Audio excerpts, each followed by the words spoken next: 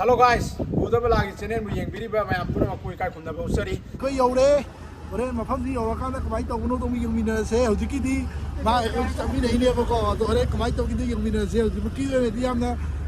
thajade ngasi yam ngai ba yamna kono special oi ben mi ne ma hore yengmi Hello guys, haru makta da Budabala channel mu yengbiriba kai pumna ko ngonjari Budabala channel mu yengbiriba mayam tim mai kai da akoi mayam gi Thaujan dage koi 3K yawang am jare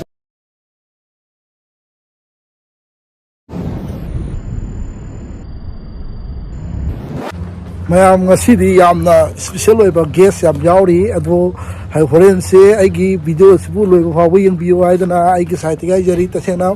ngasi yam special oiba aidi yamna pamjaba actor actress yam yauri hai batare ngasi dagina sahi manga taruk taret ki mamang du udraba artist khara suyawe bako ado horen se matang ai unara keba ado matam du da khoge yengbiriba mayam nasu like subscribe share to biramo ai di ngasi jam nu ngai gadaba male ai wakhanda maram de yam ngasi mu ngai ba je mamang du thoki dri haitar ngasi ki khudong chaba lawro ga koi ngasi koi khudi yari ba web series sajigi akoi achauba thaudang ama lauriba itaw momocha dagi wafam khara taminas Hello Maru akoi je Budabala channel jigi mai kai dagi laksabane ado koi itaw je akoi ge momocha koi mayamna ming haidra ju khangnara ba koi ge Manipur ge akoi achauba hero omju era kadoni aduga akoi ge uji akoi ge mayamna khudi yar ga yengnari bo web series sajida akoi ge episode Panam di namjan jagare adubu ita hojik che kamai episode che kya meri koi 14 mukti koi yengre bako adun mayam na duki matik message te comment da duki matik phajaba duki kaya tare unaning ba mayam am legre adu ita hoje khodi yari ba web series da kari thaudang lawi bana abda ne hojik 14 mukti ta sengna koi YouTube ta khodi makta ai tare ne ayam bana koi kari MFDCF leida ahamada 14 tharam me ai tare ne adugi matungda hoje mu YouTube ta phange 14 jaduga 15 ga 16 gi jabudi nambadi loire adubu mayam di upangam dri ai tare ne adu mayam do upangam da baji mayam na sulan lobi ganu akoi soi dana 15 and 16 ji soi dana thadorani adu mayam gi langtak na ba songning ba adagi mayam gi thamoi da adu toni ada togani gaina ngangbi ba khudi magado kitang father view hai baje haijaningi aduga khudi sidai da ine lori ba role di kaino har kanda khogi aigi ima se khogi yamna yam kana laira ba hai tare ne yamna laira ba hotel family oiba adugi masana pane ne sare je adubu gyan de aroi bi da ta boy tare ne gyan de ꯍꯣꯏ ꯃꯔꯛ ꯊꯠꯆꯒꯦ ꯑꯩꯈꯣꯏꯒꯤ ꯏꯃꯥ ꯍꯣꯏ hotel ꯐꯝꯕꯤꯒꯤ ꯃꯆꯥꯅꯨꯄꯥ ꯁꯥꯔꯒꯁꯨ ꯑꯩꯈꯣꯏꯒꯤ ꯅꯨꯄꯤ ꯑꯃ ꯑꯩꯈꯣꯏꯒꯤ ꯍꯦꯔꯣꯅꯤ ꯍꯥꯏꯇꯥꯔꯦꯅꯦ ꯍꯦꯔꯣꯅꯤ ꯑꯃꯒ ꯌꯥꯝꯅ ꯀꯩꯅꯣ ꯂꯤꯡ ꯑꯃꯗ ꯂꯩꯅꯕꯗꯧꯅ ꯃꯌꯥꯝꯗꯁꯨ ꯎꯠ ꯆꯥꯏꯕꯩ ꯃꯑꯣꯡꯗ ꯑꯃ ꯏꯇꯥꯎꯅ ꯇꯧꯕ ꯍꯥꯏꯇꯥꯔꯦꯅꯦ ꯑꯗꯣ ꯀꯃꯥꯏꯅ ꯇꯧꯕꯅꯣ ꯑꯝꯇ ꯑꯗꯨꯗꯣ ꯀꯩꯅꯣꯅꯦ ꯍꯧꯖꯤꯛꯀꯤ ꯍꯥꯏꯔꯤꯕ ꯈꯨꯗꯤꯁꯤꯗꯩꯗ ꯂꯥꯏꯁꯤꯅ ꯄꯥꯝꯃꯤꯕꯁꯦ ꯏꯅꯥꯛ ꯈꯨꯟꯕ ꯏꯃꯨꯡꯁꯦ ꯄꯥꯝꯗꯦ ꯍꯥꯏꯇꯥꯔꯦꯅꯦ ꯌꯥꯝꯅ ꯂꯥꯏꯔꯕ ꯏꯃꯨꯡꯁꯦ ꯄꯥꯝꯃꯦ ꯑꯗꯨꯅ ꯃꯔꯝ ꯑꯣꯏꯔꯒ ꯃꯥꯅ ꯑꯩꯉꯣꯟꯗ ꯈꯤꯇꯪ ꯋꯥꯈꯜ ꯑꯃ ꯈꯟꯕ ꯃꯥꯜꯂꯦ ꯑꯩꯅ ꯈꯟꯖꯕꯅꯤ ꯑꯩꯅ ꯈꯟꯖꯕꯅꯤ ꯑꯗꯨꯃꯥꯏꯅ ꯃꯥꯅ ꯈꯤꯇꯪ ꯈꯟꯕ ꯃꯥꯜꯂꯦ ꯑꯗꯨꯅ ꯑꯩꯅ ꯑꯃꯨꯛ ꯂꯧꯔꯤꯁꯤꯅ ꯈꯜꯂꯤꯁꯤꯅ ꯃꯥꯅ ꯑꯗꯨꯃꯥꯏꯅ ꯈꯜꯂꯛꯑꯕꯅꯤꯅ ꯋꯥꯈꯜ ꯑꯃ ꯈꯜꯂꯛꯑꯕꯅꯤ나 ꯑꯩꯉꯣꯟꯗ ꯉꯥꯎꯔ ꯖꯥꯠꯂꯥ ꯑꯗꯨꯗꯤ ꯃꯥꯅ ꯑꯩꯉꯣꯟꯗ ꯉꯥꯎꯔꯛꯑꯕꯅꯤꯅ ꯑꯩꯅꯁꯨ ꯃꯉꯣꯟꯗ ꯋꯥꯈꯜ ꯑꯃ ꯈꯟꯖꯟꯕ ꯍꯥꯏꯇꯥꯔꯦꯅꯦ ꯑꯩꯅꯗꯤ ꯃꯉꯣꯟꯗ ꯍꯧꯖꯤꯛ ꯅꯨꯡꯁꯤꯔꯤꯕꯅꯤ ꯑꯗꯣ ꯅꯨꯡꯁꯤꯕꯁꯦ 14 ꯐꯥꯎꯗꯤ ꯃꯌꯥꯝꯅ ꯎꯕꯤꯈ꯭ꯔꯦ ꯍꯥꯏꯇꯥꯔꯦꯅꯦ ꯑꯗꯣ 15ꯁꯤꯗꯩꯗ ꯑꯩꯒ ꯃꯥꯒ ꯅꯨꯡꯁꯤꯔꯛꯀꯗ꯭ꯔꯥ ꯅꯠꯇ꯭ꯔꯒ ꯊꯥꯅꯤꯟꯁꯤꯒ ꯊꯨꯡꯅꯗꯣꯏꯔꯥ ꯊꯥꯅꯤꯟꯒ ꯂꯥꯏꯖꯒ ꯊꯨꯡꯅꯗꯣꯏꯔꯥ ꯅꯠꯇ꯭ꯔꯒ ꯂꯤꯛꯂꯥꯒ ꯊꯨꯡꯅꯗꯣꯏꯔꯥ ꯍꯧꯖꯤꯛꯁꯦ ꯃꯌꯥꯝꯅ ꯆꯃꯝꯅꯔꯤ ꯑꯗꯨꯕꯨ 15 and 16ꯁꯦ ꯊꯣꯛꯂꯛꯄ ꯃꯇꯝꯗ ꯀꯔꯤ ꯑꯣꯏꯔꯛꯀꯅꯤ ꯍꯥꯏꯕꯁꯦ ꯃꯌꯥꯝ ꯌꯦꯡꯃꯤꯟꯅꯁꯤ ꯍꯥꯏꯕꯁꯦ ꯑꯩꯒꯤ ꯁꯥꯏꯠꯇꯒꯤ ꯍꯥꯏꯖꯅꯤ ꯌꯥꯝ ꯅꯨꯡꯉꯥꯏꯖꯩ ꯑꯩꯈꯣꯏꯒꯤ ꯏꯇꯥꯎ ꯃꯣꯃꯣꯆꯥꯗꯒꯤ ꯑꯩꯈꯣꯏ ꯈꯨꯗꯤꯒꯤ ꯑꯆꯧꯕ ꯊꯧꯗꯥꯡ ꯂꯧꯔꯤꯕ ꯏꯇꯥꯎ ꯃꯣꯃꯣꯆꯥꯗꯒꯤ ꯅꯨꯡꯉꯥꯏꯕ ꯋꯥꯐꯝ ꯈꯔ ꯊꯝꯃꯤ ꯃꯌꯥꯝꯅ ꯄꯥꯝꯕꯤꯔꯤꯁꯤꯁꯨ ꯑꯩꯈꯣꯏꯒꯤ 14 ꯃꯨꯛꯇꯤ ꯌꯦꯡꯈ꯭ꯔꯒ ꯆꯔꯥꯡꯅꯔ ꯂꯩꯔꯤꯀꯥꯟꯁꯤꯗ 15 16ꯁꯦ ꯀꯔꯝꯕ ꯃꯇꯝꯗ ꯊꯥꯗꯣꯛꯇꯣꯏꯅꯣ ꯀꯃꯥꯏꯅ ꯇꯧꯕꯅꯣ ꯃꯥꯡꯈ꯭ꯔꯕ ꯖꯥꯠꯂꯥ ꯀꯥꯏꯅ ꯃꯌꯥꯝꯅ ꯅꯨꯡꯅꯥꯡꯕꯤꯔꯤꯗꯨ ꯑꯩꯈꯣꯏ ꯉꯁꯤꯁꯤ ꯏꯈꯪ ꯈꯪꯍꯧꯗꯅ ꯑꯩꯈꯣꯏ ꯃꯣꯃꯣꯆꯥꯁꯦ ꯑꯩꯈꯣꯏꯒꯤ ꯊꯦꯡꯅꯖꯕꯗꯒꯤ ꯃꯌꯥꯝꯗ ꯑꯩꯈꯣꯏ ꯁꯤ ꯍꯥꯏꯖꯕꯅꯤ ꯑꯩꯈꯣꯏ ꯁꯣꯏꯗꯅ ꯉꯥꯏꯕꯤꯌꯨ 15 16ꯁꯤ ꯑꯩꯈꯣꯏ ꯑꯊꯨꯕ ꯃꯇꯝꯗ ꯈꯨꯗꯤꯁꯦ ꯑꯩꯈꯣꯏ ꯊꯥꯗꯣꯛꯄꯤꯔꯛꯅꯕ ꯃꯌꯥꯝꯗ ꯊꯝꯖꯒꯦ ꯑꯗꯣ ꯑꯩꯒꯤꯁꯨ ꯃꯌꯥꯝꯗ ꯑꯩꯅ ꯍꯥꯏꯖꯅꯤꯡꯕꯅ ꯑꯩꯒꯤꯁꯨ ꯌꯨꯇꯨꯕ ꯆꯦꯅꯦꯜ ꯑꯃ ꯂꯩꯕꯅꯤ ꯃꯣꯝꯆꯥ MS ꯍꯥꯏꯅ ꯑꯗꯨꯒ ꯃꯣꯝꯆꯥ MS ꯁꯤꯒꯤ ꯌꯨꯇꯨꯕ ꯆꯦꯅꯦꯜ ꯑꯁꯤꯕꯨꯁꯨ ꯃꯌꯥꯝꯅ ꯁꯕꯁꯀ꯭ꯔꯥꯏꯕ ꯇꯧꯕꯤꯌꯨ ꯑꯃꯗꯤ ꯆꯦꯅꯦꯜ ꯑꯁꯤꯕꯨ ꯂꯥꯏꯛ ꯑꯃꯗꯤ ꯁꯤꯌꯥꯔ ꯇꯧꯕꯤꯌꯨꯅ ꯑꯩꯒꯤ ꯁꯥꯏꯠꯇꯒꯤꯁꯨ ꯍꯥꯏꯖꯅꯤꯡꯉꯤ ꯑꯗꯨꯒ ꯑꯩꯈꯣꯏꯒꯤ ꯏꯇꯥꯎꯒꯤ ꯕꯨꯗꯕꯂꯥ ꯏꯇꯥꯎ ꯕꯨꯗꯕꯂꯥꯒꯤ ꯌꯨꯇꯨꯕ ꯆꯦꯅꯦꯜ ꯑꯁꯤꯕꯨ ꯌꯦꯡꯕꯤꯔꯤꯕ ꯑꯩꯈꯣꯏꯒꯤ ꯚꯤꯌꯣꯔ ꯌꯦꯡꯕꯤꯔꯤꯕ ꯈ꯭ꯋꯥꯏ ꯄꯨꯝꯅꯃꯛꯅ ꯂꯥꯏꯛ ꯑꯃꯗꯤ ꯁꯤꯌꯥꯔ ꯇꯧꯕꯤꯗꯨꯅ ꯏꯇꯥꯎꯖꯤꯒꯤ ꯌꯨꯇꯨꯕ ꯆꯦꯅꯦꯜ ꯑꯁꯤꯕꯨ ꯁꯧꯒꯠꯄꯤꯌꯨ ꯍꯦꯟꯅ ꯃꯄꯨꯡ ꯐꯥꯕ ꯑꯣꯏꯍꯟꯕꯤꯌꯨ ꯍꯥꯏꯕꯁꯦ ꯑꯩ ꯚꯤꯌꯣꯔꯗ ꯍꯥꯏꯖꯔꯤ ꯃꯌꯥꯝꯗ ꯊꯦꯡꯛ ꯌꯨ ꯆꯍꯤ ꯉꯁꯤꯗꯒꯤꯅ ꯆꯍꯤ 10ꯃꯨꯛꯀꯤ ꯃꯃꯥꯡꯗ ꯎꯔꯨꯗ꯭ꯔꯕ ꯑꯩꯈꯣꯏꯒꯤ ꯃꯤꯡꯗꯤ ꯄꯜꯂꯔꯣꯏꯒꯦ ꯃꯔꯝꯗꯤ ꯍꯣꯔꯦꯟ ꯑꯥꯗ ꯐꯝꯃꯒ ꯂꯩꯖꯦ ꯑꯁꯤꯗ ꯌꯦꯡꯃꯤꯟꯅꯔꯁꯤ ꯃꯤꯡꯗꯤ ꯄꯜꯂꯔꯣꯏꯒꯦ ꯑꯗꯨꯕꯨ ꯐꯤꯂꯝꯗꯨꯗꯤ ꯍꯥꯏꯖꯔꯝꯒꯦ ꯊꯣꯏꯕ ꯊꯣꯏꯕꯤ ꯐꯤꯂꯝꯗ ꯀꯔꯝꯕ ꯔꯣꯜ ꯂꯧꯈꯤꯕ ꯀꯔꯝꯕ ꯀꯦꯔꯦꯛꯇꯔ ꯑꯣꯏꯈꯤꯕꯒꯦ ꯍꯥꯏꯕꯗꯣ ꯍꯣꯔꯦꯟ ꯏꯆꯦꯗꯤ ꯌꯦꯡꯃꯤꯟꯅꯔꯛꯇꯕꯅꯤ ꯁꯣꯝꯗ ꯂꯥꯛꯄꯤꯌꯨ ꯍꯜꯂꯣ ꯃꯌꯥꯝ ꯁꯤꯗ ꯂꯩꯔꯦ ꯏꯆꯦ ꯉꯁꯤꯗꯒꯤ ꯆꯍꯤ 10ꯃꯨꯛꯀꯤ ꯃꯃꯥꯡꯗ ꯎꯔꯨꯗ꯭ꯔꯕ ꯏꯆꯦꯅꯤ ꯃꯤꯡ ꯑꯣꯏꯅ ꯄꯜꯂꯕꯗ ꯏꯆꯦ ꯔꯟꯖꯅꯥ ꯑꯗꯣ ꯆꯍꯤ 10ꯃꯨꯛꯀꯤ ꯃꯃꯥꯡꯗ ꯑꯩꯈꯣꯏ ꯉꯁꯤꯅ ꯑꯍꯥꯟꯕꯅ ꯏꯁꯇꯥꯕ꯭ꯂꯤꯁ ꯑꯣꯏꯒꯦ ꯑꯗꯨꯕꯨ ꯏꯆꯦꯒꯤ ꯑꯣꯏꯕ ꯃꯣꯠꯇ ꯀꯩ ꯂꯩꯒꯦ ꯍꯥꯏꯕꯗꯣ ꯃꯌꯥꯝ ꯌꯦꯡꯃꯤꯟꯅꯁꯦ ꯏꯆꯦ ꯀꯩꯅꯣ ꯇꯧꯕ ꯑꯩꯈꯣꯏ ꯑꯣꯖꯥ ꯕꯤꯃꯣꯟꯒꯤ ꯐꯤꯂꯝ ꯑꯩ ꯇꯦꯔꯣꯔꯤꯁ ꯅꯠꯇꯦ ꯁꯤꯅ ꯑꯍꯥꯟꯕ ꯑꯣꯏꯗꯣꯏꯔꯥ ꯅꯠꯇ꯭ꯔꯒ ꯀꯃꯥꯏꯅ ꯇꯧꯕꯅꯣ ꯍꯥꯏꯗꯤ ꯁꯤꯅ ꯑꯍꯥꯟꯕ ꯑꯣꯏꯔꯦ ꯑꯩꯈꯣꯏ ꯏꯆꯦ ꯑꯩꯈꯣꯏꯅ ꯊꯦꯡꯅꯖꯕꯁꯦ ꯑꯗꯨ ꯏꯆꯦꯒꯤ ꯑꯣꯏꯕ ꯃꯣꯠ ꯀꯩ ꯂꯩꯒꯦ ꯍꯥꯏꯕꯗꯣ ꯍꯥꯏꯐꯦꯠ ꯐꯣꯡꯗꯣꯛꯄꯤꯌꯨ ꯁꯤꯅꯗꯤ ꯑꯍꯥꯟꯕ ꯅꯠꯇꯦꯀꯣ ꯑꯩ ꯁꯦꯡꯅ ꯍꯥꯏꯔꯕꯗ ꯃꯃꯥꯡꯗ ꯑꯩꯈꯣꯏ ꯑꯦꯛꯇꯔ ꯈꯥꯕꯀꯣ ꯃꯥꯒꯤ ꯐꯤꯂꯝ ꯌꯥꯝ ꯆꯥꯎꯕ ꯔꯣꯜꯗꯤ ꯅꯠꯇꯦꯀꯣ ꯑꯗꯨꯗ ꯑꯩꯁꯦ ꯌꯥꯎꯖꯈ꯭ꯔꯦ ꯅꯦꯛꯁ ꯑꯁꯤ ꯑꯣꯏꯗꯣꯏꯅꯤ ꯑꯣꯀꯦ ꯅꯦꯛꯁꯇ ꯁꯤ ꯐꯤꯂꯝꯁꯤ ꯑꯣꯏꯗꯣꯏꯅꯤ ꯍꯥꯏꯔꯦ ꯑꯗꯣ ꯁꯤ ꯍꯧꯖꯤꯛꯀꯤ ꯊꯧꯖꯥꯜ ꯍꯥꯏꯔꯤꯕ ꯐꯤꯂꯝꯁꯦ ꯏꯆꯦꯅ ꯀꯔꯤ ꯀꯦꯔꯦꯛꯇꯔ ꯂꯧꯈꯤꯒꯦ ꯍꯥꯏꯕꯗꯣ ꯍꯥꯏꯐꯦꯠ ꯍꯥꯏꯕꯤꯔꯛꯑꯣ ꯀꯩꯅꯣꯅꯤꯗ ꯀꯦꯔꯦꯛꯇꯔꯗꯤ ꯃꯦꯟꯃꯛꯇꯤ ꯅꯠꯇ꯭ꯔꯦꯀꯣ ꯇꯦꯔꯣꯔꯤꯁ ꯅꯠꯇꯦ ꯍꯥꯏꯔꯤꯕ ꯐꯤꯂꯝꯁꯦ ꯑꯗꯨ ꯁꯤꯗꯗꯤ ꯏꯆꯦꯁꯦ ꯑꯅꯧꯕ ꯑꯕꯇꯥ ꯑꯃ ꯑꯣꯏꯅ ꯎꯔꯅꯤ ꯑꯩꯈꯣꯏꯗꯗꯤ ꯑꯗꯨ ꯃꯈꯥ ꯇꯥꯕ ꯐꯤꯂꯝ ꯍꯥꯏꯕ ꯇꯥꯔꯦꯀꯣ ꯃꯁꯤ ꯅꯠꯇꯕ ꯐꯤꯂꯝꯗ ꯃꯈꯥ ꯇꯥꯕ ꯐꯤꯂꯝꯗ ꯏꯆꯦ ꯑꯗꯨꯝ ꯁꯔꯨꯛ ꯌꯥꯗꯣꯔꯤꯕ꯭ꯔꯥ ꯀꯃꯥꯏꯅ ꯇꯧꯕ ꯍꯥꯏꯕꯗꯨ ꯍꯥꯏꯕꯤꯔꯛꯑꯣ ꯁꯦꯡꯅꯗꯤ ꯍꯥꯏꯔꯒꯗꯤ ꯑꯩ ꯍꯣꯏ ꯌꯥꯝ ꯁꯥꯡꯅ ꯑꯩꯁꯦ ꯆꯍꯤ 10 ꯃꯇꯨꯡꯗ ꯊꯣꯛꯂꯛꯄꯅꯤꯀꯣ ꯑꯗꯣ ꯍꯣꯏ ꯑꯩꯁꯨ ꯑꯉꯥꯡ ꯂꯩꯔꯦ ꯌꯨꯝ ꯄꯥꯜꯂꯕꯅꯤꯅ ꯅꯍꯥꯟꯒꯩꯗꯤ ꯑꯩ ꯀꯨꯝꯃꯨꯗ꯭ꯔꯦꯀꯣ ꯑꯗꯣ ꯑꯩ ꯍꯧꯖꯤꯛꯇꯤ ꯀꯨꯝꯃꯕꯅꯤꯅ ꯁꯤꯒꯤ ꯃꯈꯥ ꯇꯥꯕꯗꯗꯤ ꯑꯗꯨꯝ ꯑꯩꯅ ꯉꯝꯃꯤꯈꯩꯗꯤ ꯍꯥꯏꯇꯥꯔꯦꯀꯣ ꯑꯗꯨꯝ ꯌꯥꯝꯅ ꯅꯠꯇ꯭ꯔꯒꯁꯨ ꯑꯗꯨꯝ ꯃꯌꯥꯝꯒꯤ ꯑꯗꯨꯝ ꯁꯦꯕꯥ ꯇꯧꯒꯦꯅ ꯈꯜꯂꯒ ꯊꯣꯛꯆꯔꯛꯄꯅꯤ ꯍꯧꯖꯤꯛꯀꯤ ꯑꯣꯏꯅꯗꯤ ꯏꯆꯦꯒꯤ ꯑꯣꯏꯅ ꯐꯤꯂꯝꯁꯤ ꯂꯦꯞꯄ ꯂꯩꯇ꯭ꯔꯤ ꯃꯔꯝꯗꯤ ꯃꯈꯥ ꯇꯥꯕ ꯐꯤꯂꯝ ꯂꯥꯛꯄ ꯃꯇꯝꯗ ꯏꯆꯦ ꯑꯦꯛꯁꯦꯞ ꯇꯧꯔꯤ ꯃꯔꯝꯗꯤ ꯍꯧꯖꯤꯛ ꯌꯨꯝ ꯄꯥꯜꯂꯕ ꯃꯇꯨꯡꯗ ꯀꯣꯄꯜ ꯂꯥꯏꯐ ꯆꯪꯉꯕ ꯃꯇꯨꯡꯗ ꯑꯉꯥꯡ ꯂꯩꯕ ꯈꯣꯠꯄꯒꯤ ꯈꯤꯇꯪ ꯄ꯭ꯔꯣꯕ꯭ꯂꯦꯝ ꯈꯔꯗꯤ ꯂꯩꯈ꯭ꯔꯦ ꯑꯃꯁꯨꯡ ꯂꯥꯛꯀꯗꯧꯔꯤꯕ ꯐꯤꯂꯝꯁꯤꯡꯒꯤ ꯑꯣꯏꯅꯗꯤ ꯏꯆꯦꯒꯤ ꯑꯣꯏꯅꯗꯤ ꯁꯦꯗꯨꯜ ꯑꯗꯨꯝ ꯂꯧꯖꯔꯤ ꯍꯥꯏꯕ ꯇꯥꯔꯦ ꯑꯗꯣ ꯌꯥꯝ ꯅꯨꯡꯉꯥꯏꯕ ꯄꯥꯎꯅꯤ ꯃꯈꯥ ꯇꯥꯅ ꯏꯆꯦꯒꯤ ꯐꯤꯂꯝꯗꯁꯨ ꯂꯥꯛꯄ ꯑꯣꯏꯖꯁꯅꯨ ꯑꯗꯨꯒ ꯃꯈꯥ ꯇꯥꯅ ꯏꯆꯦꯒꯤ ꯇꯧꯔꯤꯕ ꯊꯕꯛꯁꯤꯗꯤ ꯍꯦꯟꯅ ꯃꯥꯏ ꯄꯥꯛꯄ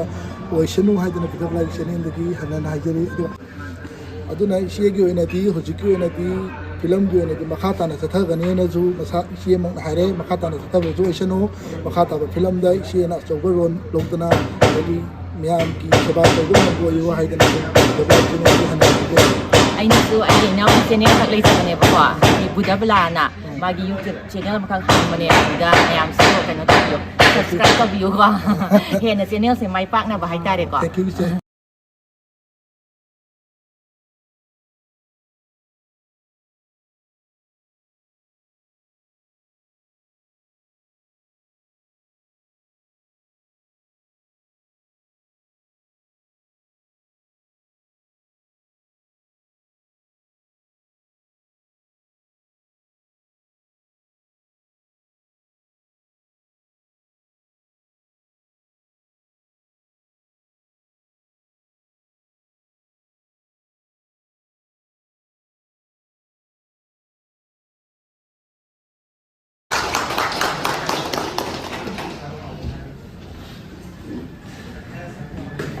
CPST Hongkong Lang Deming Set Video Video Kok Sudagi CPST itu kalau ini lah atau tenaga di mana kita lagi jadi dengan sendiri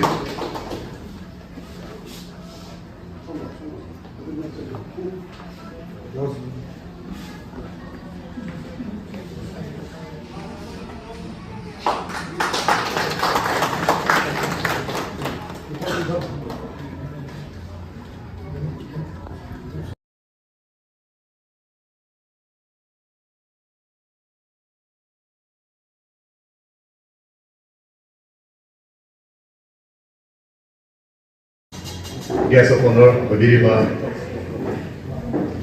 Yang Masri Yazid untuk langsung sendiri apa nomin sendiri.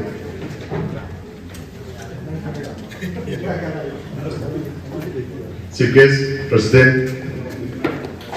bagi guest of honor na pamamlangda election week na pamatunda program sige mo makasagda sa buhay na timing sa ipin sa ikisitan.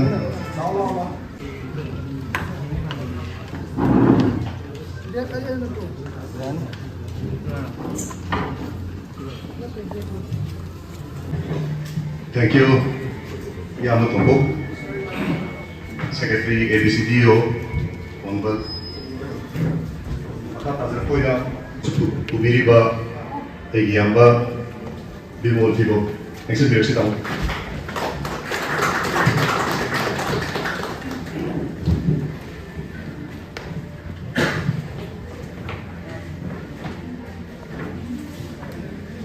cũng mẹ thì sai juga có thao số con từ ấy đây giật được làm để xa sẽ quy khẩu cùng là một cái wow mà nó sẽ tuân đầy sai ấy ta ở cái bữa sáng nó phỏng vấn nó là anh đi sẽ có hậu bị ở đây mà làm cái gì làm cái xa sẽ quy cái những chỗ tụ vào cái kia chân trong anh sụt đó ta dám thuê tôi làm một cái tiền là số tiền là ta sẽ có đi cùng làm nào bạc hết đi để cái kia xây sản phẩm hàng ngũ cho là mà ta lồng sâu đến mà hàng làแต่มีชาติประเทศไทยเที่ยงน่าหอมไม่ชาติเรารู้ไม่ได้แต่ปัจจุบันก็ยี่น้ำพัฒนาเชิงจังหวัดละเอียดอาร์ติสต์พิเศษท่าเราไว้เนี่ยในปีพุทธที่เรารู้เนี่ยตั้งปีนี้มาใช่ซึ่งน่ะไอ้เส้นมาสิไอ้เบสเลยเนี่ยตรงนั้นวันนั้นจะเรียนไอ้เกษตรจะเรียนยังชาติงานก็ดีมีชาติที่มุ่งหมายเราแต่ที่เส้นสักว่าสักก็สิ่งนั้นก็ไปทำอะไรเนี่ยเราเล่นดิ้นก็ถูกต้องเนี่ยเส้นมาสิที่เนี่ยไปน้องพ่อไปจุดมีจุดเขาAnggan yang saya lakukan tadi, ada yang bagi kerja di tim senau sini di lingkungan dan berkota berjauh su, boleh yang pernah lagi berada di kursi masih pasal apa yang boleh jadi. Aduh, si film sida, yang bunga hari apa tadi, ini yang nak lain apa ni hari jadi, adanya si film sida, mai pak pada mayang su, seru, mating pambina hari tadi kok mayang pun seru yang ni si, ai tuyok na wanang dia, hari jadi tu. Bukan nama yang belum jadi hasil.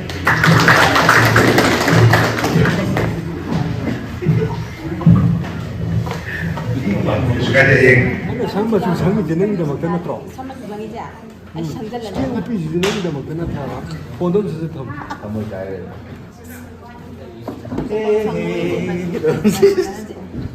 Aja. Kau ini mana tu karan dah selesai je. Bisa tahu tu kan tahu tu minta. Mas tahu ya tu. Kita susah view betul tu. Nah, sama-sama. Madam Chada. Nasta.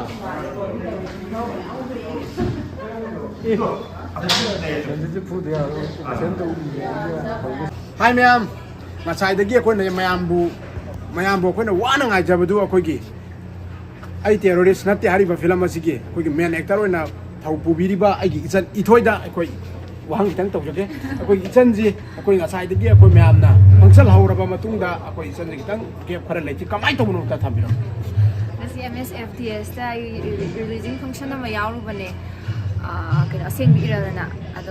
adu hek loibaga adu film du loidi ko loidingai da aise sona kanda ya fatin thoram jisu ka bimona direction piba ai terrorist natte hariba film asigi damakta aise ya fatoni thoram jisu shoidan ai yaw do ba ya de na ai phatlang la adu mayam puno phangeko ꯌꯥꯝ ꯅꯨꯡꯉꯥꯏꯖꯩ ꯑꯗꯣ ꯏꯆꯟꯅ ꯑꯇꯣꯞꯄ film ꯃꯌꯥꯝ ꯑꯃ ꯇꯧꯔꯛꯄꯗ ꯑꯩꯈꯣꯏꯒꯤ ꯑꯩ terrorist ꯅꯠꯇꯦ ꯍꯥꯏꯔꯤꯕ ꯐꯤꯂꯝꯁꯤꯅ ꯀꯃꯥꯏꯅ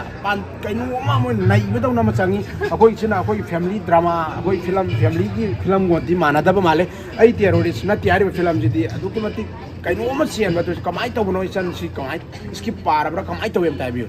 ꯁ꯭ꯀ꯭ꯔꯤꯞꯁꯦ ꯀꯩꯅꯣ ꯇꯧꯋꯦ ꯕꯤꯃꯣꯟ ꯐꯤꯕꯝꯀꯣ ꯃꯌꯥꯝꯅ ꯊꯣꯏꯗꯣꯛ ꯇꯣꯡ ꯈꯪꯅꯔꯕ ꯃꯅꯤꯄꯨꯔꯒꯤ ꯗꯤꯔꯦꯛꯇꯔ ꯅꯣꯟ ꯗꯤꯔꯦꯛꯇꯔ ꯍꯥꯏꯇꯥꯔꯦꯀꯣ ꯃꯥꯏ ꯗꯤꯔꯦꯛꯁꯟ ꯃꯈꯥꯗ ꯇꯧꯒꯗꯧꯔꯤꯕ ꯐꯤꯂꯝ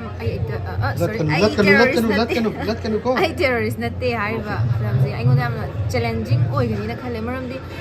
ꯑꯩꯅ ꯃꯃꯥꯡꯗ ꯀꯨꯝꯖꯈꯤꯕ ꯐꯤꯂꯝ ꯍꯣꯏ ꯈꯔ ꯀꯨꯝꯖꯈ꯭ꯔꯦ ꯑꯗꯨꯗꯩꯗꯨꯗ ꯑꯩꯅ ꯀꯨꯝꯈꯤꯕ ꯀꯦꯔꯦꯛꯇꯔꯁꯤꯡꯁꯤꯅ ꯈꯤꯇꯪ ꯇꯣꯉꯥꯟꯒꯗ꯭ꯔꯥꯅ ꯈꯟꯖꯩ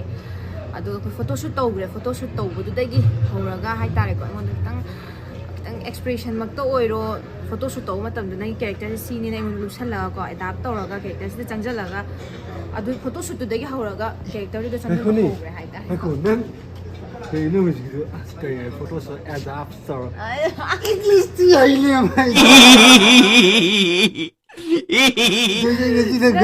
ꯃꯤꯅ ꯉꯥꯡꯅꯩꯌꯦꯅ ꯁꯨꯝ ꯑꯩꯒꯤ ꯃꯇꯧ ꯇꯝꯃ ꯈꯔ ꯍꯩꯕ ꯁꯥꯕ ꯌꯥꯝ ꯅꯨꯡꯉꯥꯏꯖꯩ ꯏꯆꯟꯅ ꯑꯩꯈꯣꯏꯒꯤ ꯌꯥꯝ ꯅꯨꯡꯉꯥꯏꯕ ꯑꯩꯈꯣꯏ ꯋꯥꯐꯝ ꯃꯌꯥꯝ ꯑꯃ ꯊꯝꯕꯤꯈꯔꯦ ꯑꯩꯈꯣꯏ ꯂꯥꯛꯆꯔꯤꯕ ꯆꯦꯅꯦꯜꯁꯦ ꯑꯩꯈꯣꯏ ꯕꯨꯗꯕꯂꯥ ꯃꯩꯇꯩ ꯍꯥꯏꯔꯤꯕ ꯆꯦꯅꯦꯜꯗꯒꯤ ꯂꯥꯛꯆꯕꯅꯤ ꯏꯆꯟꯒꯤꯁꯨ ꯇꯧꯔꯨꯕ ꯊꯕꯛ ꯈꯨꯗꯤꯡꯃꯛꯇ ꯁꯤꯗꯒꯤ ꯍꯦꯟꯅ ꯃꯤꯁꯟ ꯑꯆꯧꯕ ꯆꯪꯖꯟꯕꯗ ꯃꯥꯏ ꯄꯥꯛꯄ ꯑꯣꯏꯕꯤꯌꯣꯅ ꯑꯩꯈꯣꯏ ꯆꯦꯅꯦꯜ ꯃꯥꯏꯀꯩꯗꯒꯤ ꯊꯝꯖꯒꯦ ꯏꯆꯟ ꯌꯥꯝ ꯅꯨꯡꯉꯥꯏꯖꯔꯦ ꯑꯩꯈꯣꯏꯒꯤ ꯏꯇꯥꯎ ꯕꯨꯗꯕꯂꯥ ꯏꯆꯦꯕꯦ ꯍꯥꯏꯔꯒꯁꯨ ꯈꯪꯅꯕ ꯃꯥꯒꯤ ꯆꯦꯅꯦꯜ ꯑꯁꯤꯕꯨ ꯃꯌꯥꯝꯅ ꯁꯕꯁꯀ꯭ꯔꯥꯏꯕ ꯇꯧꯕ ꯀꯥꯎꯕꯤꯒꯅꯨ ꯃꯌꯥꯝꯅ ꯆꯦꯅꯦꯜ ꯑꯁꯤꯕꯨ ꯁꯞꯄꯣꯔꯠ ꯇꯧꯕꯤꯌꯣ ꯑꯩ ꯁꯕꯁꯀ꯭ꯔꯥꯏꯕꯇꯤ ꯇꯧꯔꯝꯕꯅꯤꯗ ꯇꯧꯈ꯭ꯔꯦ ꯏꯆꯟ ꯌꯥꯝ ꯇꯧꯈ꯭ꯔꯦ ꯌꯥꯝ ꯅꯨꯡꯉꯥꯏꯖꯩ ꯈꯪꯖꯕ ꯑꯩ ꯇꯧꯗ꯭ꯔꯤꯌꯦ ꯍꯣꯏ ꯑꯗꯨꯗꯤ ꯑꯩꯈꯣꯏꯒꯤ ꯑꯩ ꯇꯦꯔꯣꯔꯤꯁ ꯅꯠꯇꯦ ꯍꯥꯏꯔꯤꯕ ꯐꯤꯂꯝꯁꯤꯗꯒꯤ ꯑꯩꯈꯣꯏ ꯏꯆꯟꯅ ꯃꯌꯥꯝꯗꯁꯨ ꯄꯥꯎꯖꯦꯜ ꯃꯌꯥꯝ ꯑꯃ ꯄꯤꯔꯒ ꯍꯦꯟꯅ ꯁꯤꯒꯤ ꯌꯨꯇꯨꯕ ꯆꯦꯅꯦꯜ ꯕꯨꯗꯕꯂꯥ ꯃꯩꯇꯩ ꯍꯥꯏꯔꯤꯕ ꯌꯨꯇꯨꯕ ꯆꯦꯅꯦꯜꯁꯦ ꯃꯄꯨꯡ ꯐꯥꯕ ꯑꯣꯏꯔꯁꯅꯨ ꯑꯗꯨꯒ ꯁꯤꯜꯂꯤ ꯂꯥꯡꯉꯤꯕ ꯆꯥꯕꯁꯤꯗ ꯆꯪꯅꯕ ꯇꯧꯁꯤ ꯄꯨꯟꯅ ꯂꯥꯛꯑꯣ ꯀꯩ ꯀꯩꯅꯣ ꯆꯥꯊꯔꯒ ꯅꯨꯡꯉꯥꯏꯕ ꯆꯦꯅꯦꯜ ꯑꯩ ꯆꯦꯅꯦꯜ ꯑꯣꯏꯔꯗꯤ ꯆꯪꯉꯨ ꯇꯞꯅ ꯂꯥꯛꯑꯦ 이씨, 너 뽕기 가정이 컨트롤 이제 스트레스 타고 있다. 스포들이면 와이브네 와이브 바로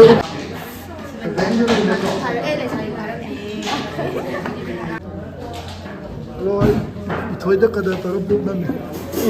Kadar tawag. Kadar tawag. 서로 비용 Ay na happy yada nang kumain nang happy yada. Ay na happy yada.